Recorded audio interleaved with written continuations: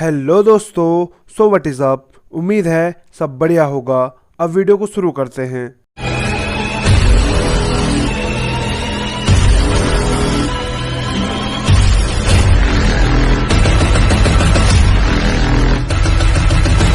इस सीरीज के पिछले एपिसोड में आपने देखा आसुस हंसू को फाइट के लिए चैलेंज करता है, जिसके लिए हंसू मान जाता है। और फिर जैसे ही वो आसुस पे अटैक करता है तो उससे इतना बड़ा ब्लास्ट होता है जिसकी रोशनी सारे बादलों को चीरते हुए निकलती है और उसकी वजह से वहां पर खड़े सारे लोगों को कुछ भी दिखाई नहीं देता।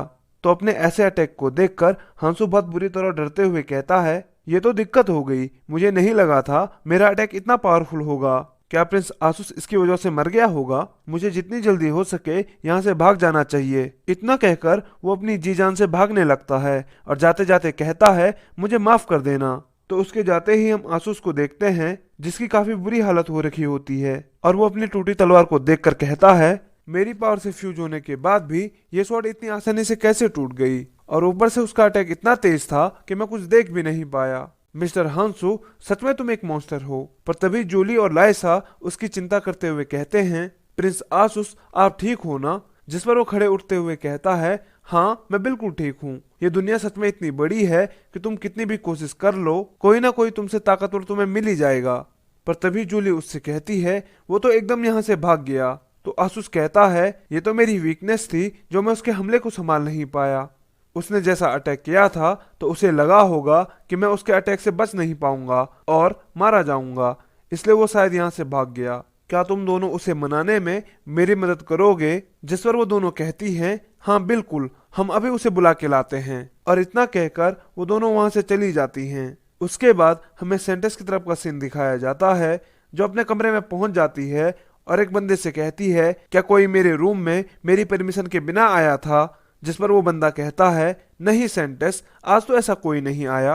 क्यों, कोई दिक्कत है क्या? तो सेंटेस कहती है, हाँ आज कोई मेरे कमरे में मेरी बिना परमिशन के घुसा है। इतना कहकर वो अपने रूम में चली जाती है और जहां पर उसने हंसू का बैग रखा था उसे वहां ना पा करके वो हैरान हो जाती है और इधर उधर की चीजों को देखकर कहती है, बाकी सब सामान अपनी जगह पे है, सिर्फ एक कांग हंसू का बैग छोड़ करके, जो एकमात्र सबूत था कि गॉडेस भी झूठ बोल सकती है। तो उसके इतना कहते ही उसके पीछे से गॉडेस आ जाती है और उससे पूछती है, क्या हो गया? तो सेंटेस बताती है, कांग हंसू का बैग चोरी हो गया है। आज कोई मेरे कमरे में घुस आया और सब सामान में से सिर्फ उसी को ले गया। जिसे सुनकर गॉडेस बड़े गुस्से के साथ कहती है, तुमने उसके बैग को पहले ही डिस्ट्रॉय क्यों नहीं किया? तो इस बार सेंटेस जवाब देती है, आप मेरे सब्र का इम्तिहान मत लो, मुझसे पूछने के बजाय आप खुद ही उसे क्यों नहीं ढूंढ लेते?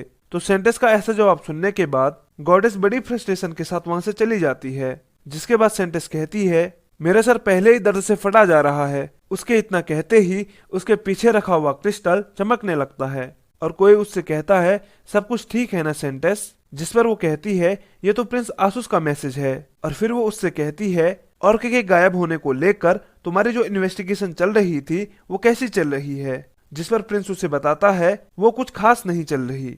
हमारा जो हीरोज को ऑर्क हंटिंग के जरिए ट्रेन करने का प्लान था, लगता है उसे लेकर हमें मुसीबतों का सामना करना पड़ेगा, क्योंकि जिस हिसाब से ऑर्क की संख्या कम हुई है, मुझे नहीं लगता वो इतनी जल्दी से बढ़ पाएगी। जिसे सुनने के बाद सेंटेस पूछती है, तुम्हें कोई रीजन पता चला आखिर ये सब क्यों हो रहा है? तो आसुस बताता है, मैंने जिन भी ऑर्क से पूछने की कोशिश की, उनका कहना है इसके पीछे किसी डेमन का हाथ है। जिस पर सेंटेस कहती है, तुम इस बारे में पक्के तौर पर कह सकते हो? तो आसुस कहता है, मैं अभी इस बारे में पूरी तरह से श्योर नहीं हूँ। तो सेंटेस सोचते हुए कहती है, हमें उन डेमन पे निगरानी रखनी चाहिए जो ऐसा काम कर सकते हैं। पर तभी आसुस सेंटेस से कहता है, मेरे पास एक सजेशन है। जिस पर वो कहती है, हाँ बताओ, पर हमें ये सजेशन नहीं बताया जाता। तो उसका सजेशन सुनने के बाद सेंटेस कहती है, अच्छा ऐसी बात है क्या? जिस वॉरियर ने फेरी पे अटैक किया था वो कौन है? तो आसुस सेंटेस को बताता है, मुझे उस वॉरियर के बारे में ज्यादा कुछ तो नहीं पता, पर मैं सिर्फ इतना जानता हूँ कि उसका चेहरा इतनी बुरी तरह से घायल हो चुका है कि उसका असली चेहरा पहचानना भी मुश्किल रहेगा। तो उसे सुनने के बाद सेंटेस कहती है, एक ऐसा बंदा जिसका चेहरा बुरी तरह से घायल हो रखा हो, अगर मैं इस बारे में सोचूं तो मेरे दिमाग में एक ही इंसान आता है और वो है ओ हानवू। पर उसके लिए भी ये सब करना आसान नहीं होगा।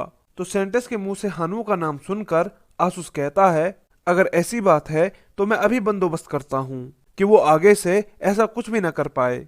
पर मैं और आप जानते हैं ये काम हानू का नहीं था, वो क्रिम्सन था जिसने फेरी को किडनैप किया था। पर ये बात ये लोग नहीं जानते, इसलिए सेंटेस कहती है जिस लड़के के बारे में तुम बता रहे थे कि उसे वॉरियर कर्स मिला है, उसको मेरी तरफ से एक अच्छा सा रिवॉर्ड दे देना, क्योंकि हानू के जरिए की गई गलती के लिए मैं भी जिम्मेदार हूँ। मुझे इस बात का ध्यान रखना चाहिए था कि वो ऐसा ना कर सके, लेकिन हाल फिलहाल में मुझे फेरी किंगडम जाना होगा, इसलिए तुम इन चीजों को संभाल लेना। जिस पर आसूस कहता है ठीक है सेंटेस, मैं उसे ऐसा रिवॉर्ड दूंगा जिससे वो निराश ना हो।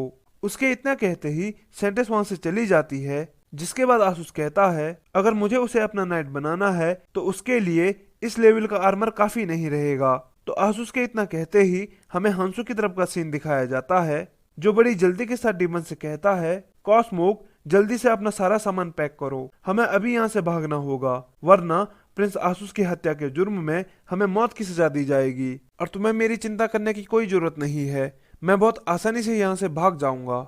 जिस पर डेमन चिल्लाकर कहता है कमीने, आखिर मुझे तुम्हारी चिंता क्यों होगी, जबकि तुम्हारी वजह से मैं भी इसमें फंस चुका हूँ। पर हंसू डेमन की इस बात पे गौर नहीं करता और अपनी स्वॉर्ड निकालते हुए कहता है ऑर्क जल्दी से पोर्टल खोलो। जिसके इतना कहते ही उसके सामने पोर्टल खुल जाता है और उसे देखकर डेमन कहता है यह तुमने कैसे किया, मुझे तो लगा था तुम मैजिक का यूज नहीं कर सकते हो। जिसका जवाब देते हुए हंसू कहता है मैं अभी तुम्हें इस बारे में नहीं बता सकता हूँ, जल्दी से मुझे शहर के उत्तरी गेट पे मिलो, मैं तुम्हारा वहाँ ज्यादा देर तक इंतजार नहीं करूंगा। इतना कहकर वो उस पोर्टल में चला जाता है, जिसके ऐसा करने पर डेमन को बहुत ज्यादा गुस्सा आ रहा होता है।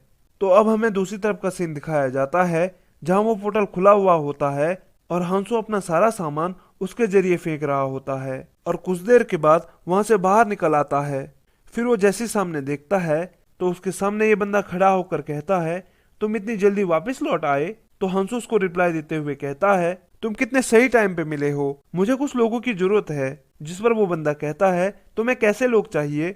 तो हंसू बताता है जो मेरे सामान को शिफ्ट कर सके। तो वो बंदा हंसू से कहता है ठीक है तुम्हारा काम हो जाएगा। अब मुझे ये नहीं पता हंसू अभी इनकी लैंग्वेज कैसे समझ पा रहा है, क्योंकि पिछले चैप्टर तक हंसू इनकी लैंग्वेज नहीं समझता था।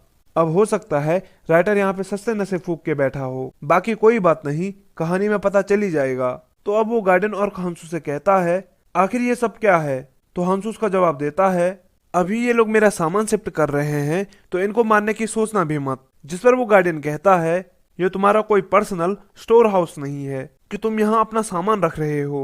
तो हंसू कहता है मैं अपना सामान यहाँ रख नहीं रहा हूँ, बल्कि तुम्हें इसे दूसरी जगह पहुँचाना है। जिसे सुनने के बाद वो और कहता है मैंने पहले भी बहुत तरह की बेइज्जती सही है, पर मुझे पहली बार इतनी शर्म आ रही है कि मैं तुमसे कमजोर हूँ और मैं तुम जैसे का ऑर्डर मान रहा हूँ। जिस पर हंसू खुश होते हुए कहता है मैं तुम्हारी इस बात को अपनी तारीफ समझ के रख लेता हूँ। उसके बाद हमें जंगल का सीन दिखाया जाता है, जहाँ हमारा डीमन गुस्से के साथ साथ बहुत परेशान भी हो रखा होता है। पर तभी उसके पीछे से हंसू चिल्लाता है हे बडी तुम यहाँ पहुंच भी गए। तो उसे देखकर हमारा डेमन हैरान हो जाता है और कहता है आखिर तुम यहाँ कहाँ से टपक गए। पर हंसू हर बार की तरह डेमन की बात पे ध्यान नहीं देता और उससे कहता है चलो जल्दी से भागते हैं। जिस पर डेमन कहता है नहीं, पहले मुझे हमारे हालात बताओ। तो हंसू उससे कहता है बस ये समझ लो अभी हमें जितनी जल्दी हो सके उन लड़कियों से दूर जाना चाहिए। तो ये सुनने के बाद डीमन पूछता है क्या ये सब उस वॉरियर कर्स की वजह से हो रहा है। जिस पर हंसू कहता है हाँ बिल्कुल। तो उसके मुंह से ये सुनने के बाद डीमन सोचते हुए कहता है अगर हमें जल्दी से जल्दी और ज्यादा से ज्यादा दूर जाना है तो उसके लिए हमें उत्तर की तरफ जाना होगा। जिस पर हंसू पूछता है आखिर उत्तर में ऐसा क्या है। तो डीमन उसे बताता है उत्तर में यहाँ का सबसे बड़ा स्लेव मार्केट है, वहां मैं तुम्हारे लिए एक स्लेव ले लूंगा जिसके पास लैंग्वेज ब्लेसिंग हो। जिस पर हंसू कहता है तो तुम सच में मुझसे अपना पीछा छुड़ाना चाहते हो। तो डीमन कहता है अभी इन सभी बातों का वक्त नहीं है। जिसके मुंह से इतना सुनने के बाद हंसू डीमन को अपनी गोद में उठा लेता है। तो उसके ऐसा करने पर वो डीमन शर्म के मारे पूछता है ये तुम क्या कर रहे हो। तो हंसू उसे वहां से ले जाते हुए कहता है कि तुम्ही ने तो कहा है जितनी जल्दी हो सके हमें वहां पहुंचना है। उसके इतना कहने के बाद हमें सुबह का सीन दिखाया जाता है, जहां वो दोनों स्लेव मार्केट में पहुंच जाते हैं। तो उसे देखकर हंसू कहता है ये स्लेव मार्केट कितना बड़ा है। फिर वो जैसे इधर उधर की चीजों को देखने लगता है, जिस पर डेमन उसे रोकते हुए कहता है इधर उधर देखना बंद करो और चलो यहाँ से। जिसके बाद हम उस शहर के गार्ड्स को देखते हैं जिनमें से एक हंसू से कुछ कहता है, पर हंसू को उसकी लैंग्वेज समझ नहीं आती। तो डेमन हंसू को बताता है इन जैसे बड़े शहरों की यही प्रॉब्लम है कि यहाँ के लोग अपना काम ढंग से नहीं करते, पर अभी के लिए इन सभी चीजों पे ध्यान मत दो, अभी पहले तो मुझे मेरा सामान लौटाओ। जिस पर हंसू स्वॉर्ड से कहता है वहाँ एक छोटा ब्राउन बैग होगा, जरा उसे देना। तो उसके इतना कहते ही पोर्टल से वही बैग बाहर आता है। जिस पर डेमन बड़ा क्यूरियस होते हुए कहता है तो इस स्वॉर्ड की वजह से ये इस पोर्टल को खोल पा रहा है, क्या ये कोई मैजिकल स्वॉर्ड है? और इतना कहकर वो हंसू से उस स्वॉर्ड को मांग लेता है। जिसके बाद वो उस स्वॉर्ड को हाथ में पकड़ते हुए कहता है देखने में तो ये एक आम स्वॉर्ड लग रही है, पर तभी उस स्वॉर्ड का होली मैजिक एक्टिवेट होता है, जिसकी वजह से डेमन को बहुत जोर का बिजली का झटका लगता है और वो चिल्लाकर हंसू से कहता है ये एक होली स्वॉर्ड है, तुमने ये मुझे पहले क्यों नहीं बताया? तो हंसू कहता है मुझे नहीं पता था होली स्वॉर्ड तुम्हारा ये हाल कर देगी। जिसके बाद डेमन उससे पूछता है आखिर हीरो कर्स के बाद भी तुम इस स्वॉर्ड को कैसे यूज कर पा रहे हो? तो हंसू जवाब देता है लगता है ये स्वॉर्ड डिफेक्टिव पीस है। तो अब हमें पता चला हंसू इस स्वॉर्ड का यूज कैसे कर पा रहा है, क्योंकि पहले जब हंसू ने होली स्वॉर्ड को पकड़ा था तो उसे भी बिजली का झटका लगा था। तो उसके मुंह से ये सुनने के बाद डेमन उसका मजाक उड़ाते हुए कहता है हाँ ये तो होना ही था, एक बेकार वेपन एक बेकार मालिक को ही चुनता है। जिसको सुनकर हंसू को गुस्सा आ जाता है और वो डेमन से कहता है क्या कहा तुमने, एक बार जरा फिर से कहना, मुझे ऐसा क्यों लगता है तुम दोबारा से इस स्वॉर्ड को पकड़ना चाहते हो। उसके बाद हमें डेमन की चीखने चिल्लाने की आवाज सुनाई देती है। मुझे थोड़ा माफ करना, क्योंकि जहाँ पे हंसू को गार्ड मिले थे वो कोई नया शहर था और अब जा करके ये इस शहर के स्लेव मार्केट में पहुंचते हैं, जहाँ कुछ लोग अपने स्लेव को दिखा रहे होते हैं, जिनको देखने के बाद हंसू कहता है मुझे ये सब ठीक नहीं लग रहा। तो डेमन उससे पूछता है तुम्हारे कहने का क्या मतलब है? तो हंसू डेमन से कहता है ये मुझे अच्छा नहीं लग रहा कि ये लोग स्लेव के साथ कैसा व्यवहार कर रहे हैं। जिसे सुनने के बाद डेमन अजीब सा चेहरा बनाते हुए कहता है तुम ये कैसी बेकार की बातें कर रहे हो, और ऊपर से तुम ऐसी बात कर रहे हो जो खुद में एक मॉन्स्टर है जिसने पहले ही दिन प्रिंस की हत्या कर दी। तो उसे सुनने के बाद हंसू कहता है तुम बहुत ज्यादा बोल रहे हो, पर तभी उसकी नजर बगल में एक आदमी पर पड़ती है जो अपनी स्लेव पे चिल्ला रहा होता है और उसकी स्लेव डर के मारे उससे माफी मांग रही होती है। तो हंसू को ये सब देखकर अच्छा नहीं लगता और वो डेमन से कहता है तुम्हारा इसके बारे में क्या कहना है? पर डेमन उसकी बात पे ध्यान नहीं देता और वहां से जाते हुए कहता है तुम्हें इन चीजों के बारे में इतना सोचने की जरूरत नहीं है, जल्दी मेरे पीछे आओ। फिर डेमन उसे बताने लगता है इस मार्केट में तुम्हें बहुत तरह के स्लेव मिलेंगे, ये तुम पे डिपेंड करता है तुम्हें क्या चाहिए, तुम्हें इंसानी स्लेव चाहिए या फेरी स्लेव, तुम्हें डुवार्फ चाहिए या मरमेड। सभी के प्राइस अलग अलग होते हैं, पर उनकी ब्लेसिंग और एबिलिटी के अलावा भी ध्यान देने वाली बात अगर कोई है तो वो है उनका लेवल।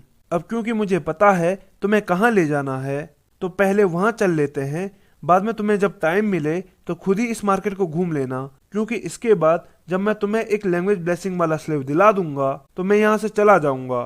तो उसके इतना कहते ही वो एक जगह पहुंच जाते हैं जहाँ एक लड़की उनका स्वागत करते हुए कहती है आप यहाँ स्लेव खरीदने आए हैं, बताइए आपको किस तरह का स्लेव चाहिए। जिस पर अपना डेमन कहता है मैं एक ऐसा स्लेव ढूंढ रहा हूँ जिसके पास लैंग्वेज ब्लेसिंग हो। जिसको सुनने के बाद वो लड़की सोचते हुए पूछती है उसका कितना लेवल होना चाहिए। तो डेमन कहता है अगर उसके पास लैंग्वेज ब्लेसिंग है तो उसके लेवल से फर्क नहीं पड़ता। पर तभी हंसू उसके पीछे से उससे कहता है मुझे एक ऐसा स्लेव चाहिए जो मेरी जर्नी में मेरा साथ दे सके। तो डेमन हंसू से कहता है मुझे नहीं लगता ऐसा कोई स्लेव होगा यहाँ पर जब तुम कह ही रहे हो तो मैं पूछ लेता हूँ। उसके बाद वो डेमन लड़की से ये बात पूछता है तो लड़की उसे हाँ कह देती है। फिर हम देखते हैं वो लड़की उन दोनों को कहीं ले जाने लगती है और जैसे वो वहां पहुंचते हैं तो कुछ स्लेव कुर्सी पे बैठे होते हैं, जिन्हें देखकर हंसू कहता है लगता है यहाँ इस जगह के बेस्ट स्लेव रखे जाते हैं, पर मुझे ये समझ नहीं आ रहा अगर इन्हें ऐसे ही खुला रखते हैं तो ये यहाँ से भाग क्यों नहीं जाते। जिस पर डेमन उसे बताता है क्योंकि इन पे स्लेव मार्क लगा होता है, जिसकी वजह से ये बिना ओनर की परमिशन के कहीं नहीं जा सकते। पर तभी वो लड़की उनसे कहती है लीजिए ये रही आपकी स्लेव। उसके बाद वो जैसे सामने देखते हैं तो उनके सामने से एक सुंदर सी डेमन स्लेव आ रही होती है, जिसे देखकर हमारे डेमन को पहली नजर वाला प्यार हो जाता है। वो चिल्लाकर कहता है इस स्लेव को मैं खरीदूंगा। जिस पर हंसू उसका मजाक बनाते हुए कहता है तुम तो कह रहे थे तुम मेरे लिए स्लेव खरीदने आए हो, तो तुम्हारे लिए स्लेव खरीदने वाली बात कहाँ से बीच में आ गई। तो अब ये फीमेल डीमन हमारे हीरोज के साथ जाएगी और क्या हमारे डीमन को उसकी पहली नजर का प्यार मिलेगा, ये जानने के लिए चैनल में बने रहिए।